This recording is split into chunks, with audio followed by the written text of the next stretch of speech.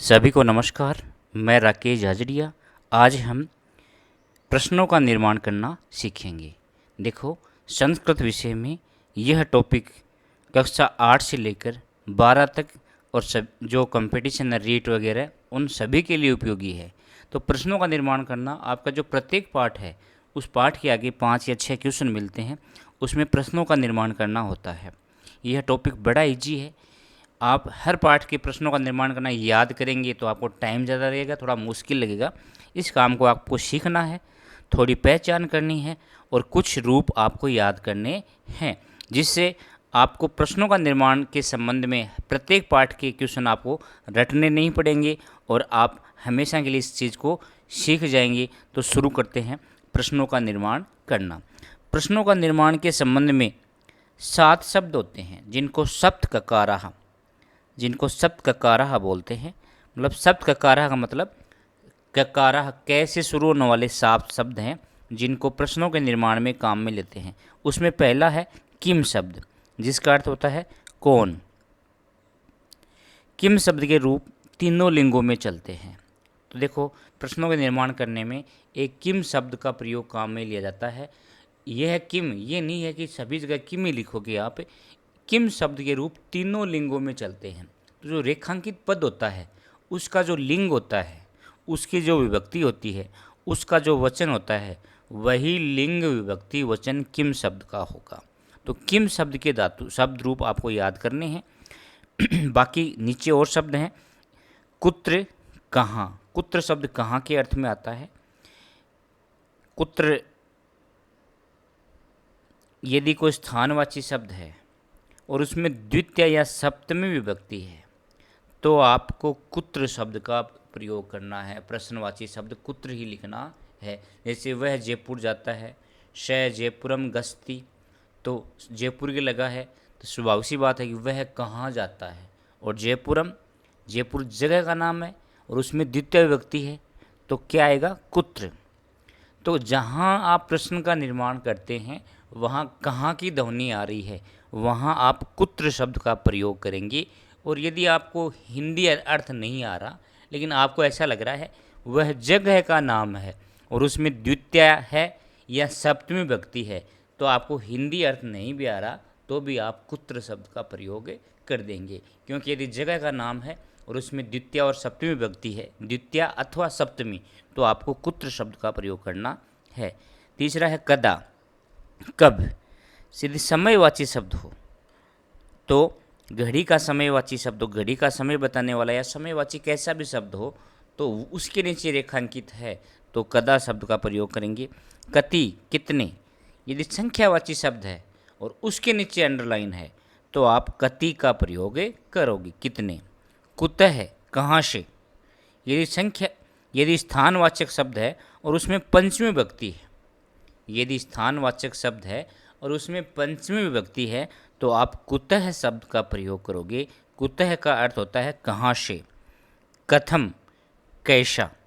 कथम, कैसा, कोई चीज़ कैसी है या ऐसा क्वेश्चन आ रहा है कि वह कैसा है, वह कैसी है, तो आप कथम शब्द का प्रयोग करोगे। या विशेषणवाची शब्द है तो आप कथम शब्द का प्रयोग करोगे। किमर्थम, कारण पूछा जा रहा है, क्यों, किस लिए, तो क्यों किस लिए अर्थ में किमर्थम शब्द का प्रयोग करते हैं। तो ये 7 ककारा हो गए। इन 7 में से जो आपका किम है ना, किम, ये इसके तो रूप तीनों लिंगों में चलते हैं। बाकी जो 6 है उनके रूप राप का कोई मतलब नहीं है। चाहे पुल्लिंग का शब्द हो, चाहे स्त्रीलिंग का हो, चाहे नपुंसक लिंग का हो, उनको आप ऐसा का ऐसा लिखेंगे। एक शब्द और है कीदृश, जिसको भी प्रश्नों के निर्माण में काम में लेते हैं। कीदृश का अर्थ भी होता है कैसा और कथम का अर्थ भी होता है कैसा। दोनों की एक अर्थ है लेकिन व्यवहारिक रूप में कीदृश शब्द का प्रयोग ज़्यादा मिलता है क्योंकि कीदृश शब्द के रूप तीनों लिंगों में चलते हैं। तो पुल्लिंग का शब्द है तो कीदृश है, स्त्रीलिंग का है तो कीदृशी और नपुंसक लिंग का तो कीदृशम। इसके रूप भी 7 विभक्तियों में चलेंगे, है ना। पुल्लिंग के अनुसार कीदृश है, कीदृशौ, कीदृशः, कीदृशी इकारांत के अनुसार, कीदृशम फलम के अनुसार। तो ये 8 शब्द हो गए। अब प्रश्नों के निर्माण करने में ये 8 ही शब्द आपके काम में आएंगे।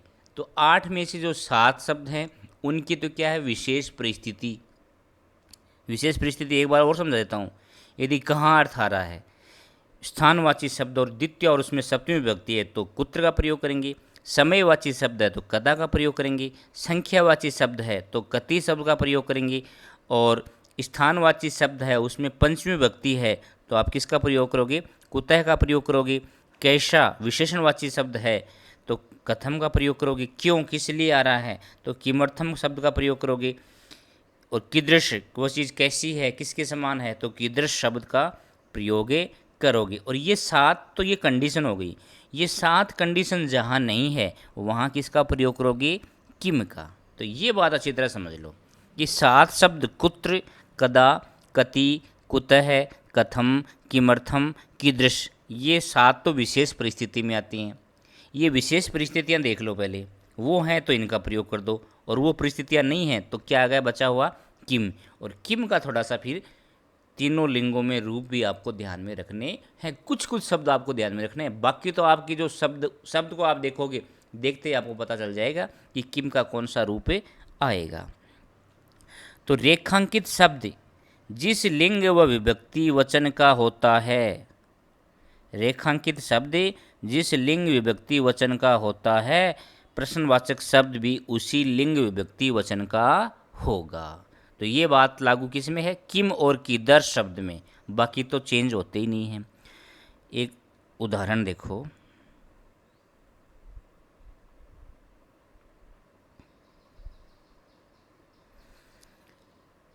श प्रतिदिनम त्रीणि फलानि खादति, वह प्रतिदिन 3 फल खाता है।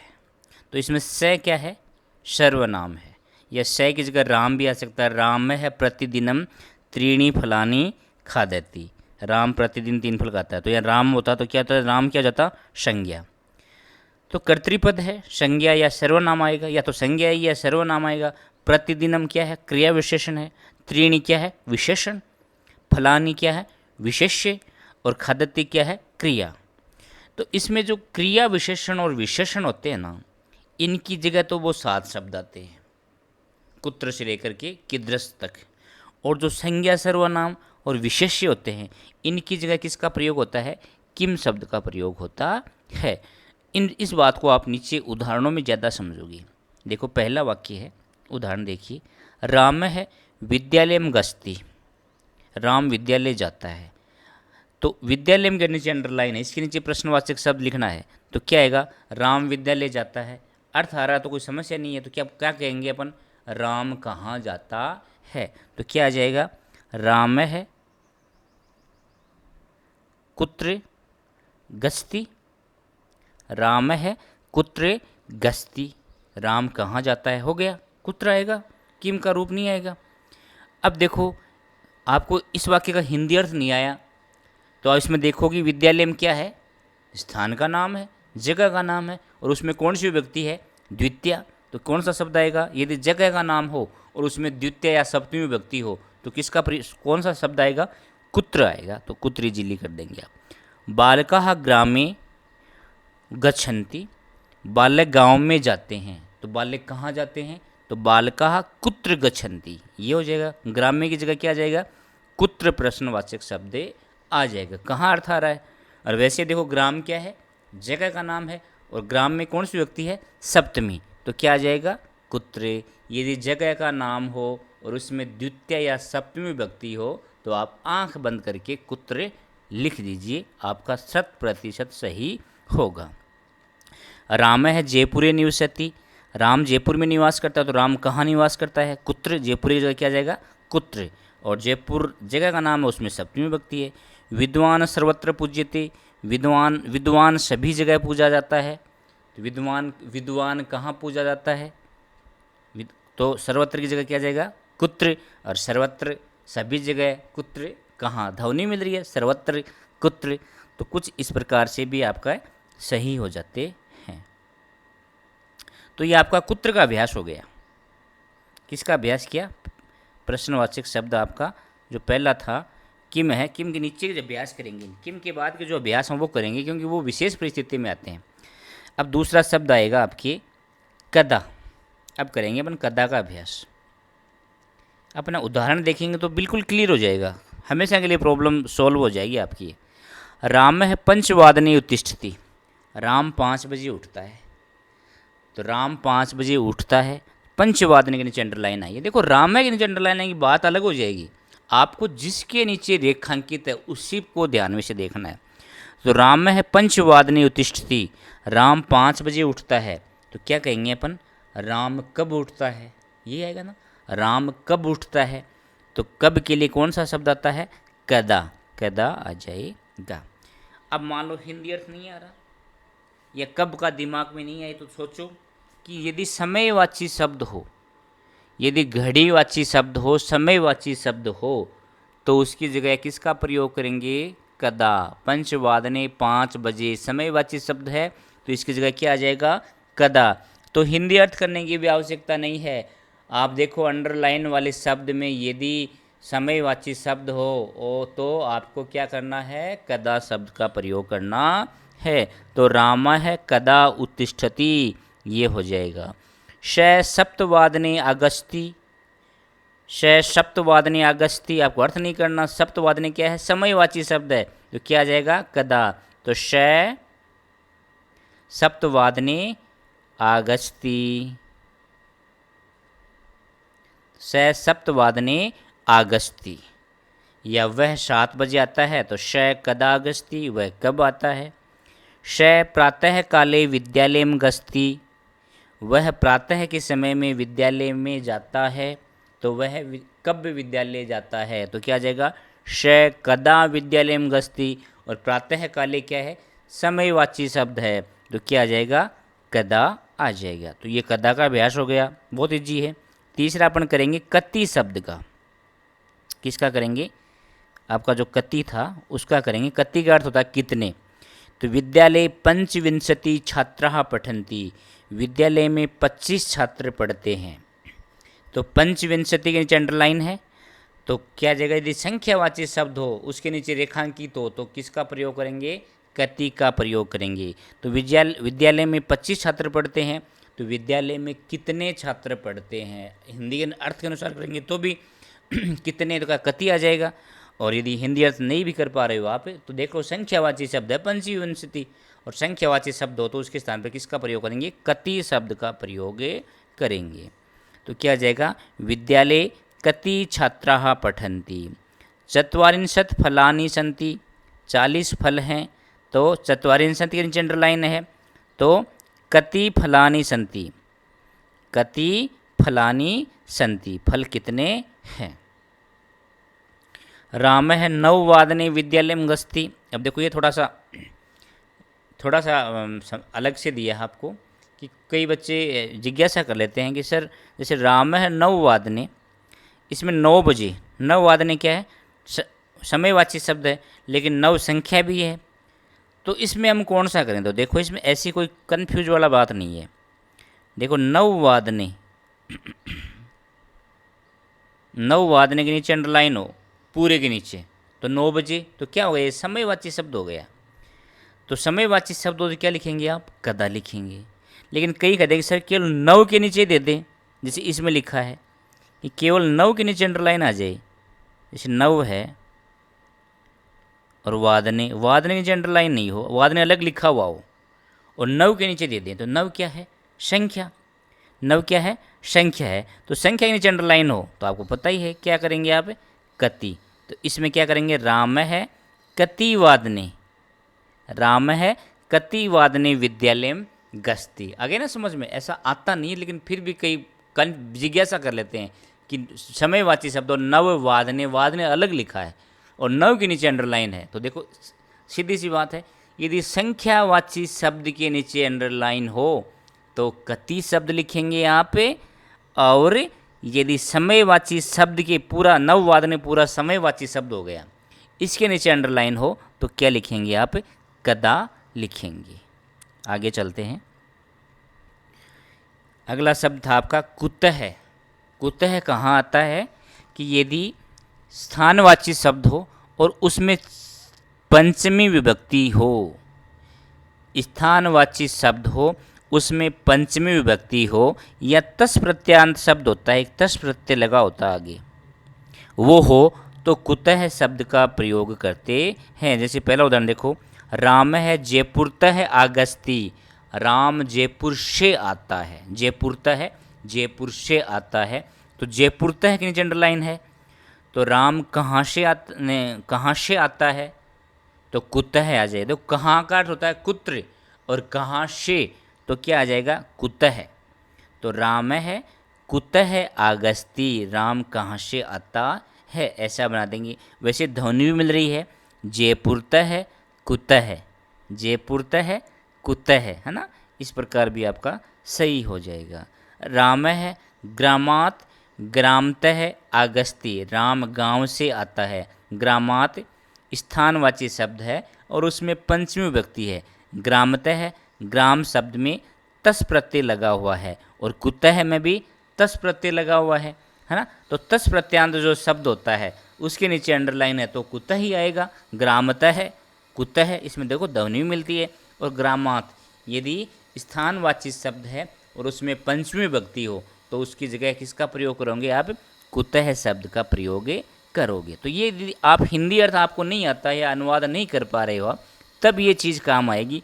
हिंदी अर्थ आपको आ रहा तो सामान्य सी बात है, ये राम गांव से आता है तो राम कहाँ से आता है, और कहाँ से के लिए किसका प्रयोग करोगे, कुतः का प्रयोग करोगे। आगे देखो, इदम वातावरणम मनोहरम अस्ति, ये कुतः का हो गया। श विद्यालयात आगस्ती, वह विद्यालय से आता है, तो श कुतः आगस्ती, वह कहाँ से आता है। और वैसे विद्यालय शब्द में स्थानवाची और पंचमी विभक्ति है।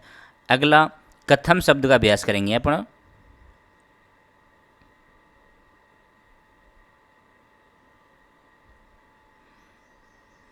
कथम शब्द का अभ्यास करेंगे अब। कथम का अर्थ होता है कैसा। तो इदम वातावरणम मनोहरम अस्ति, यह वातावरण मनोहर है, सुंदर है। तो यह वातावरण कैसा है, यह वातावरण कैसा है, ऐसा करेंगे। मनोहरम के नीचे अंडरलाइन है तो क्या लिख देंगे प्रश्न, इदम वातावरणम मनोहरम अस्ति, इदम वातावरणम कथम अस्ति, यह वातावरण कैसा है। और वैसे मनोहर क्या है, विशेषण शब्द है, वातावरण कैसा मनोहर, है ना। तो कोई चीज़ कैसी है, ये उत्तर जिस शब्द से आता है वो क्या होता है, विशेषण। तो उसकी जगह क्या लिख दिया, कथम शब्द लिख दिया।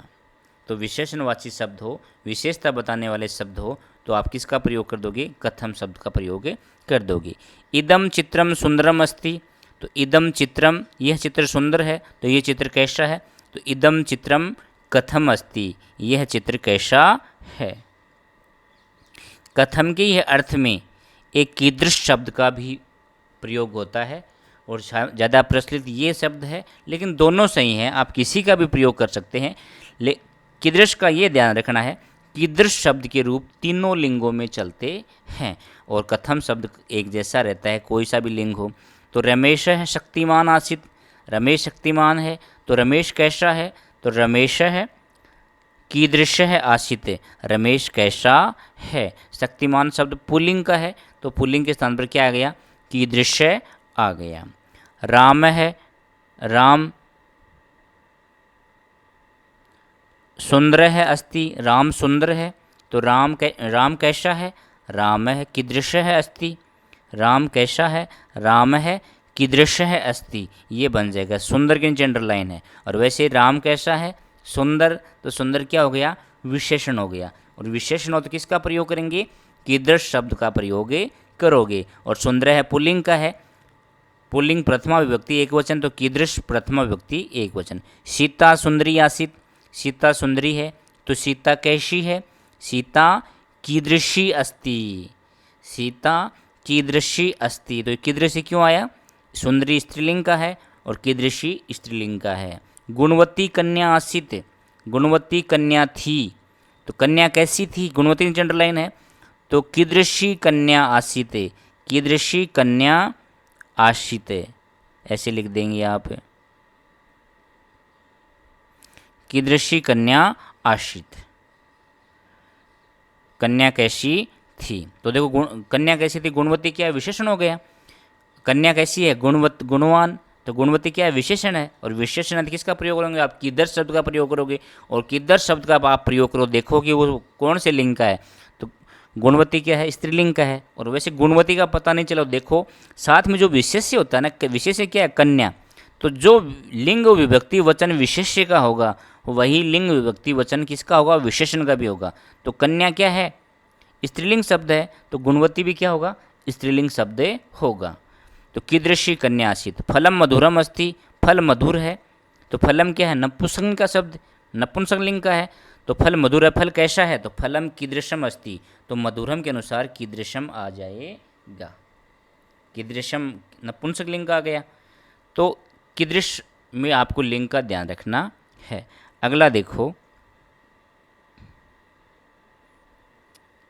किमर्थम शब्द का अभ्यास करेंगे अब। राम है पठनार्थम पठनाय विद्यालयम गस्ती। राम पढ़ने के लिए, पठनार्थम का अर्थ भी पढ़ने के लिए है और पठनाय का अर्थ भी पढ़ने के लिए है। कि राम पठनार्थम पठनाय विद्यालयम गस्ती, राम पढ़ने के लिए विद्यालय जाता है। तो राम किस लिए विद्यालय जाता है, ऐसा करेंगे ना पा। तो राम है किमर्थम विद्यालयम गस्ती, राम है किमर्थम विद्यालयम गस्ती, राम क्यों विद्यालय जाता है, या राम किस लिए विद्यालय जाता है। तो यदि किस लिए या क्यों की ध्वनि निकल के आ रही है, तो उसकी जगह किमर्थम शब्द का प्रयोग करेंगे। यदि आपको क्यों की ध्वनि का पता नहीं चल रहा है, तो आप एक ये भी देख लें, यदि क्रियावाची शब्द हो, पठनार्थम क्या है, पठ धातु है। तो यदि क्रियावाची शब्द हो, उसमें अर्थम शब्द जुड़ा हो, पठनार्थम तो किमर्थम, अर्थम भी उसमें भी अर्थम और किम में भी अर्थम। तो यदि किसी क्रियावाची शब्द में या किसी भी शब्द में अर्थम शब्द जुड़ा हो, तो आप उसकी जगह किमर्थम प्रश्नवाची शब्द का प्रयोग करोगे। देखो जी हो गया ना अब। और यदि किसी क्रिया में चतुर्थी विभक्ति हो, पठनाय रामाय, चतुर्थी विभक्ति हो, तो भी आप किमर्थम शब्द का प्रयोग करोगे। देखो विभक्ति किस में आती है, शब्द में, लेकिन यहाँ किस में आ रही है, धातु में। तो यदि धातु में चतुर्थी विभक्ति आ जाए ना, तो समझ लो वहाँ पर आपको किसका प्रयोग करना है, किमर्थम शब्द का प्रयोग करना। जैसे भाषणार्थम भाषणाय, खादनार्थम खादनाय, खाने के लिए, किमर्थम क्यों, किस लिए। तो ये आपके साथ जो विशेष परिस्थितियाँ है ना, वो आपने समझ ली। ये तो शब्द आएंगे विशेष परिस्थितियों में, इनका आपने अभ्यास कर लिया। एक बार अच्छी तरह से आप वीडियो देखोगे और उसके बाद में आपके अभ्यास की उससे उसका प्रयास करोगे, तो आपकी शब्द की समस्या हल हो जाएगी आज। फिर देखो लास्ट शब्द बच गया, ये परिस्थिति हो तो ये सातों शब्द आएंगे, ये नहीं हो तो बची हुई सारी जगह क्या आएगा, किम शब्द आएगा। और किम शब्द के रूप तीनों लिंगों में चलते हैं। तो अंडरलाइन किया हुआ शब्द का आपको लिंग देखना है, विभक्ति देखनी है, वचन देखना है, वही लिंग विभक्ति वचन किम में आपको लगानी है। तो देखो ऐसे सुन रहे हैं तो बहुत बड़ी बात लग रही है, बड़ी बात नहीं है। लगभग शब्दों की ध्वनि मिल जाएगी, जैसे पठनार्थम, किमर्थम, सर्वत्र, कुत्र, ये ध्वनि मिली थी ना, वैसे इनकी भी मिल जाएगी। तो किम शब्द का पुल्लिंग का रूप देखो पहले तो आप याद करना आपको। कह कौ के, कम कौ कान, केन काभ्याम कहे, कस्मय काभ्याम केभ्य, कस्मात् काभ्याम केभ्य, कस्य कयोः केशाम, कस्मिन् कयोः केशु। ये पुल्लिंग के शब्द हो गए। और देखो अकरांत पुल्लिंग एक राम शब्द का देखते हैं, राम है रामौ रामः, रामम रामौ रामान, रामेण रामाभ्याम रामैः, रामाय रामाभ्याम रामेभ्ये, रामात् रामाभ्याम रामेभ्यः, रामस्य रामयोः रामाणाम, रामे रामयोः रामेषु, हे राम हे रामौ हे रामः। देखो ये राम शब्द के रूप हो गई। अब देखो इनमें ध्वनि मिलाओ,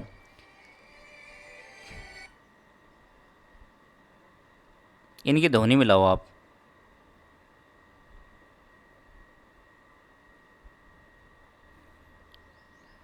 फोन आ गया बीच में, बंद किया हुआ नहीं था। इनकी आप ध्वनि मिलाओ। देखो देखो राम है कह, रामौ कौ, देखो कौ कौ है, रामौ है, रामः के, ये नहीं मिलता। राम शब्द का प्रथमा बहुवचन रामः और कह का के, तो ये नहीं मिलता। तो एक तो ये आपको ध्यान रखना पड़ेगा कि किम शब्द का प्रथमा विभक्ति बहुवचन के आता है, ये थोड़ा अलग है। फिर देखो रामम कम, ये इस साइड वाला देख लो, रामेण केन रामाय कश्मय, एक ये नहीं मिलता। किम शब्द का चतुर्थ विभक्ति कश्मय होता है, ये आपको याद करना है। या तो सारे करने, लेकिन ये अच्छे याद कर लोगे ना, बाकी कम याद है तो भी काम चल जाएगा। फिर देखो रामस्य कश्य रामे कश्मिन, एक ये नहीं मिलता। फिर रामाभ्याम काभ्याम रामयो हो कयो हो रामान कान रामे कहे रामेभ्ये केभ्ये रामाणाम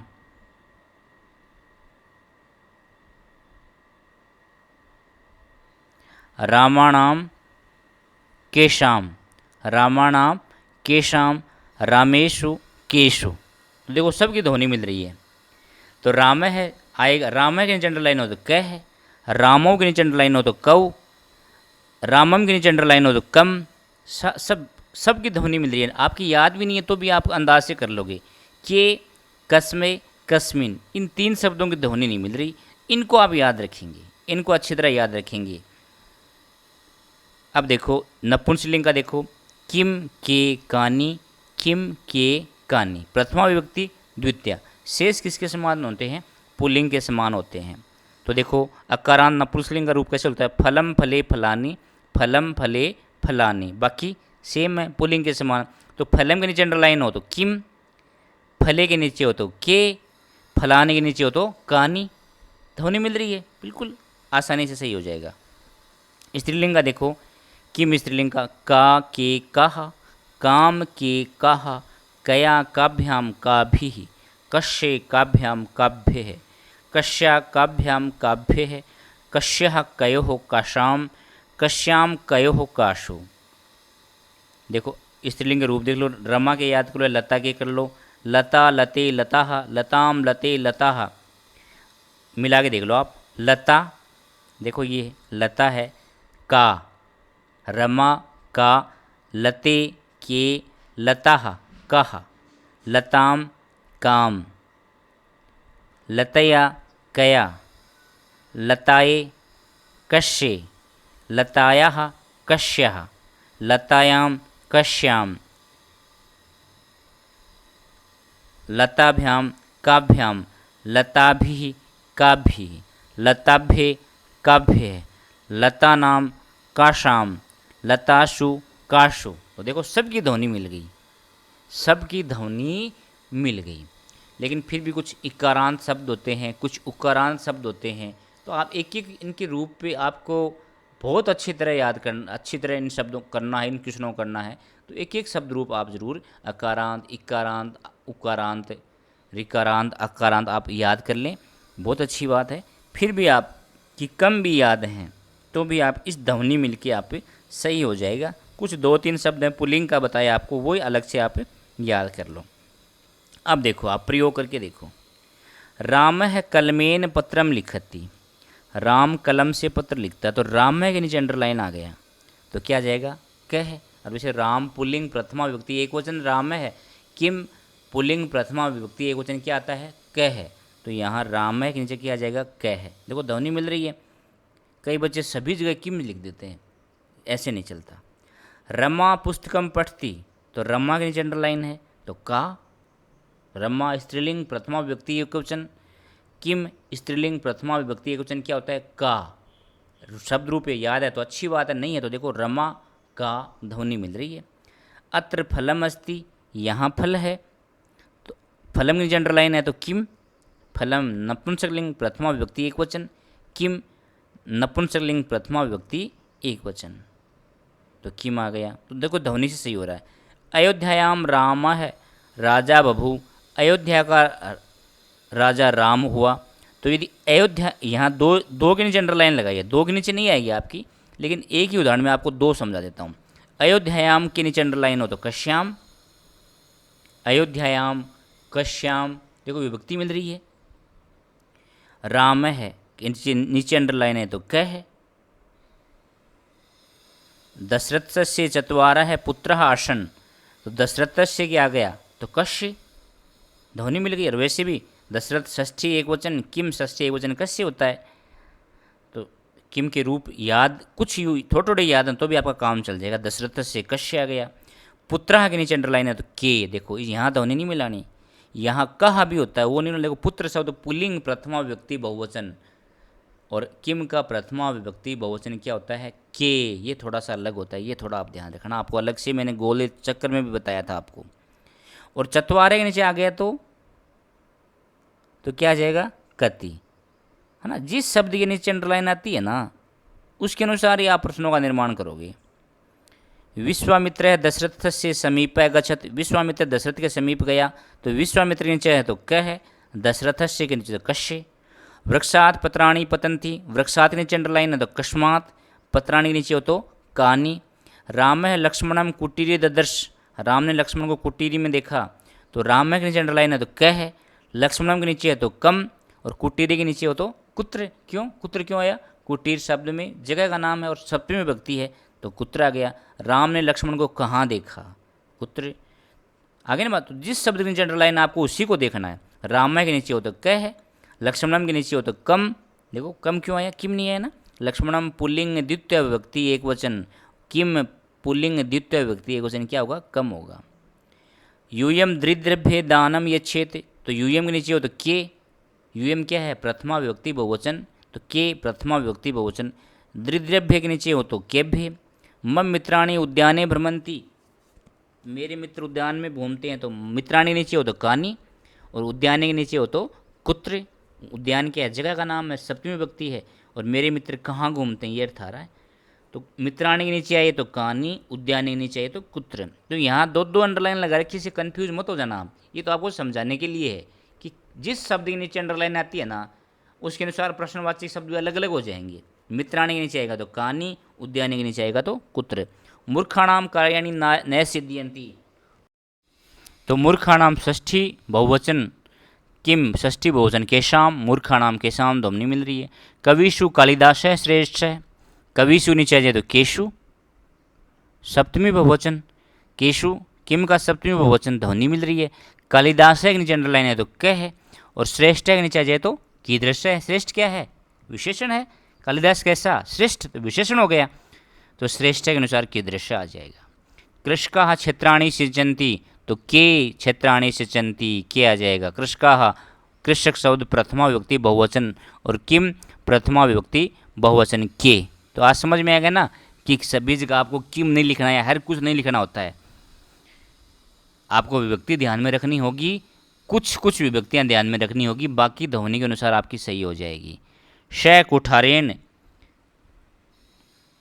वृक्षान छिन्नति वल, कुल्हाड़ी से वृक्षों को काटता है, तो श के नीचे आ जाए तो क है, कुठारेण के नीचे आ जाए तो केन, वृक्षान के नीचे आ जाए तो कान। वृक्षान द्वितीय विभक्ति बहुवचन, और किम द्वितीय विभक्ति बहुवचन क्या आएगा कान। कुठारेण तृतीय एक वचन, और किम का तृतीय एक वचन केन।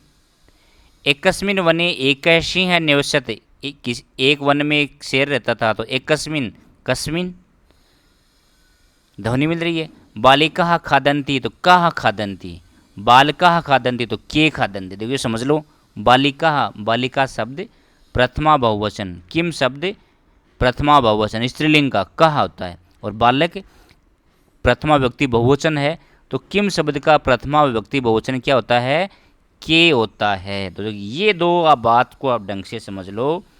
ध्वनि देखो दोनों की ध्वनियाँ एक जैसी है। बालिका के तो आ गया बाकाहा, और बालका के क्या आएगा के। आगे ना समझ में, अलग अलग आ रहे हैं, ध्वनि एक जैसी है। तो बालिका स्त्रीलिंग शब्द है, बालक पुल्लिंग शब्द है, किम का स्त्रीलिंग का बहुवचन काहा होता है, और किम का पुल्लिंग शब्द का बहुवचन के होता है। तो कुछ बातें आपको थोड़ा सा आपको सावधानी रखनी पड़ेगी। इसका तो आपका तुक्का बिड़ गया कहा, इसका नहीं बिड़ा। तो यहाँ भी आप कहा लिख दोगे और यहाँ भी आप कहा लिख दोगे तो आपका गलत हो जाएगा। तो कुछ ये कुछ थोड़ा थोड़ा आपको मैंने किम शब्द का रूप भी बता रहा था मैं, पुल्लिंग का 3 गोले मैंने लगाए थे, के है ना, के कश्य, ये गोले लगाए थे मैंने, तो वो आपको ध्यान रखने हैं। छात्रा गुरुम नमेयु, तो छात्रा के नीचे अंडरलाइन आए तो कहा भी सही है, के भी सही है, क्योंकि छात्र, छात्र का पुल्लिंग का भी छात्रा होता है और छात्रा स्त्रीलिंग का भी क्या होता है, छात्रा, दोनों के रूप एक जैसे बनते हैं। तो कहा लिख देंगे तो भी सही है और के लिख देंगे तो भी सही है। गुरुम के नीचे अंडरलाइन आए तो क्या लिखेंगे, कम। नृप है शत्रुन जयते, शत्रुन तो कान, शत्रुन कान। सा लताम पुष्पाणी चिनोती, श है तो क है, लताम हो के नीचे अंडरलाइन हो तो काम, पुष्पाणी के नीचे हो तो कानी। शा लताम पुष्पाणी चिनोती, सा के नीचे अंडरलाइन हो तो का।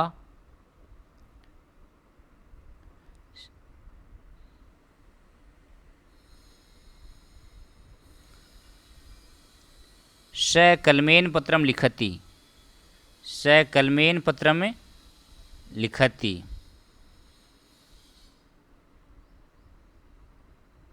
तो पत्र में अंडरलाइन है तो क्या जाएगा, किम। परोपकार है पुण्याय, तो परोपकार है कश्मय। बाल है दुग्धाय व क्रंदती, तो बाल है कस्मे क्रंदती। तो दुग्धाय में चतुर्थी विभक्ति एक वचन और पुल्लिंग का चतुर्थी विभक्ति एक वचन क्या होता है, कश्मय होता है। ये देखो इसकी ध्वनि नहीं मिल रही आपको, अलग से वहाँ भी गोला लगाया था मैंने, ये आपको याद करना है अलग से। दुष्टा सजनेभ्य दुह्यंती, तो दुष्टा के नीचे आ जाए तो के, सजनेभ्य के नीचे आ जाए तो केभ्य। अग्ने स्वाहा, तो कश्ये स्वाहा चतुर्थी विभक्ति। पापात जुगुप्सते, कस्मात पंचमी विभक्ति। मातुः नील्यते कृष्ण है, माता से कृष्ण छुपता है तो मातुः षष्ठी, कश्यः षष्ठी। मोक्षे इच्छा अस्ति, मोक्ष में इच्छा है, मोक्षे सप्तमी एक वचन तो कस्मिन सप्तमी एक वचन अलग है, ये आपको अलग से याद करना है। बालिकाए फलानी यच्छति, तो कश्ये, कश्ये फलानी यच्छति। लतया पुष्पाणि सन्ति, तो कया पुष्पाणि सन्ति। गुर्वे नमः है तो कस्मै नमः है।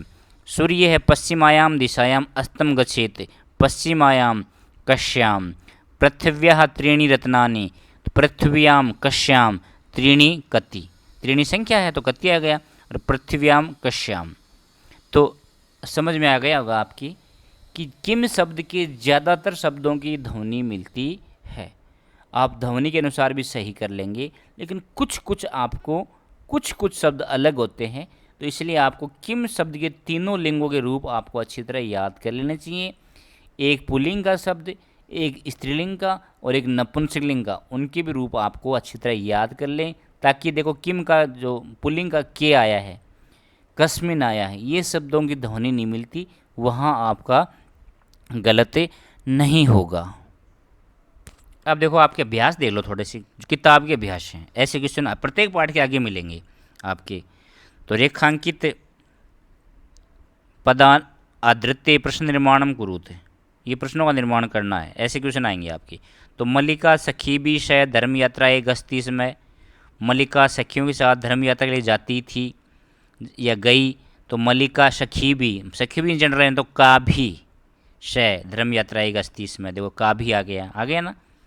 तो आप आज तक किम लिखते आए हो तो देखो किम नहीं लिखना, का भी, सखी भी, सखी की भी के अनुसार का भी आ गया, क्योंकि का भी की जो विभक्ति वचन है वही सखी भी के विभक्ति वचन है, तृतीया बहुवचन है ना ये। और किम का स्त्रीलिंग का भी तृतीया बहुवचन का भी हो गया, तो आपको याद नहीं है तो भी देखो सखी भी का भी ध्वनि मिला देंगे। चंदन है दुग्धोदनम कृत्वा एव स्वप्रातराशस्य प्रबंधनम अकरोत, चंदन दूध दूह करके सुबह के नाश्ते का भी प्रबंध करता है, तो स्वप्रातराशस्य, तो देखो कश्य क्या आ गया, कश्य आ गया, देखो कश्य, स्वप्रातराशस्य कश्य ध्वनि मिल रही है। मोदकानी, तीसरा देखो, मोदकानी पूजा निमित्तानि रचयितानि, तो मोदक लड्डू पूजा के लिए रचे हैं, तो मोदकानी जनरल लाइन है तो कानी, मोदकानी है ना। मल्लिका स्वपतिम चतुर्थम मन्यते, चतुर्थम जनरल लाइन है, मल्लिका अपने पति को चतुर मानती है, कैसा मानती है, चतुर, पति कैसा, चतुर, तो चतुर क्या हो गया, विशेषण हो गया। और विशेषण हो तो पता क्या लिखना आपको, या तो कथम लिखोगे या कीदृश शब्द लिखोगे। और ये चतुर्थमम नपुंसकलिंग का है, कीदृशम तो कीदृशम लिख दोगे आप। नंदिनी बादाभ्याम ताड़ित्वा चंदनम रक्त रंजितम करोति। नंदिनी पैरों से लात मारकर चंदनों को लहूलहान कर देती है, चंदन को। तो चंदन को लहूलहान कौन करती है, तो नंदिनी की जनरल लाइन तो का आ जाएगा। क्या आ जाएगा, का। यहाँ का क्यों आया, नंदिनी शब्द क्या है, स्त्रीलिंग प्रथमा विभक्ति एक वचन, और किम स्त्रीलिंग प्रथमा विभक्ति एक वचन क्या होता है, का। तो का हो जाएगा। एक आधा क्वेश्चन और देख लो। प्रसन्नताया विषयम, तो प्रसन्नताया की जनरल लाइन है कश्यः। सर्वकारस्य तो कश्य। अहम स्वप्राधम स्वीकरोमि तो अहम किम। समयात् पूर्वम आयासः करोसि तो कस्मात् पूर्वम। अंबिका क्रोडे उपविशति तो अंबिका कुत्र उपविशति। क्रोडे क्या है, जगह का स्थान का नाम है और सप्तमी विभक्ति है तो कुत्र आ गया। और वैसे अंबिका गोद में बैठती है तो अंबिका कहाँ बैठती है, अर्थ के अनुसार करोगे तो भी आपका सही हो जाएगा। ग्रामे निर्धना स्त्री, ये सभी है, ये है निर्धना स्त्री है। ग्रामे निर्धना स्त्री अवसत है तो निर्धना स्त्री की जनरल लाइन है तो ग्रामे का। निर्धना स्त्री क्या है, स्त्रीलिंग है तो का अवसत है। स्वर्ण का कम निवार्यंती, स्वर्ण का की जनरल लाइन है तो क्या आ जाएगा, कम। कम निवार्यंती। सूर्योदयात पूर्वम तो सूर्योदयात की जनरल लाइन है तो कस्मात्। बालिका निर्धनु मातु दुहिता अस्ति तो निर्धन मातु की जनरल लाइन है, निर्धन माता की षष्ठी विभक्ति तो कश्यः, स्त्रीलिंग का षष्ठी कश्यः। लुब्धा वृद्धा स्वर्णकारस्य रहस्यम अभिज्ञातवती, इसमें स्वर्णकारस्य की जनरल लाइन है तो क्या आ गया, कश्य। क्या आ गया, कश्य आ गया। तो देखो आपके ध्वनि से भी लगभग सही हो रहे हैं। मृत्यु न प्रतीक्षते तो क्या जाएगा, कह है। मृत्यु की जनरल लाइन है कह। कलहम कृत्वा तो किम कृत्वा। पितरम कर्मणा सेवित तो कम। व्यवहारे मृदुता श्रेयसी तो व्यवहारे का श्रेयसी। मृदुता स्त्रीलिंग का। सर्वदा व्यवहारे रिजुता विधेय तो सर्वदा कदा ध्वनि मिल रही है ना। तो आप को समझ में आ गया होगा कि जो 8 शब्द हैं, सप्त का कारा और एक कीदर्श, तो उनमें से 7 का तो विशेष परिस्थिति में प्रयोग होता है। कहाँ होता है तो कुत्र, जगह का नाम है, सप्तमी है या द्वितीय है तो कुत्र, समयवाची है या कब अर्थ आ रहा है तो कदा, संख्यावाची है या कितने अर्थ आ रहा है तो कति, किम क्यों आ रहा है या किस लिए आ रहा है तो किमर्थम, या किसी शब्द में अर्थम शब्द जुड़ा है या किसी क्रिया में चतुर्थी विभक्ति है तो किमर्थम। कैसा विशेषणवाची शब्द है तो कथम। और कीदर्श का भी प्रयोग कर सकते हैं, लेकिन कीदर्श शब्द का प्रयोग करो तो ध्यान रखो इसके रूप तीनों लिंगों में चलते हैं। बाकी जो जग बच गए ना, वहाँ सारी जगह क्या होगा, किम का रूप आएगा। किम शब्द का, किम शब्द के रूप आपको याद करने हैं। तो जो रेखांकित शब्द में जो विभक्ति वचन होता है ना, वही किम शब्द में लगा दो, आपके सही हो जाएगा। किम शब्द के रूप पूरे आपको याद नहीं है, थोड़े थोड़े याद हैं तो भी आपका काम चल जाएगा। वैसे पूरे ही याद कर लेने चाहिए, लेकिन फिर भी किसी के कम याद हैं क्योंकि इनमें क्या है, ध्वनि मिल जाती है। राम है कह, रामौ कौ, रमा का, रामस्य कश्य, रामेशु केशु, ध्वनि मिल रही है ना। रामाभ्याम काभ्याम, बालिका भी का भी, तो ध्वनि के अनुसार ही लगभग सही हो जाएंगे। याद कर लेंगे तो आपके एक भी गलत नहीं होगा, और वो भी पूरी 12th क्लास तक, या आप रीट का एग्ज़ाम दोगे उसमें भी आपका गलत नहीं होगा। तो मैं समझता हूँ आपको ये चैप्टर समझ में आया होगा। समझ में आया तो आप लाइक करें, मित्रों के साथ शेयर करें, और अभी तक मेरे चैनल को सब्सक्राइब नहीं किया है तो सब्सक्राइब अवश्य करें। धन्यवाद। एक नए टॉपिक के साथ पुनः मिलते हैं।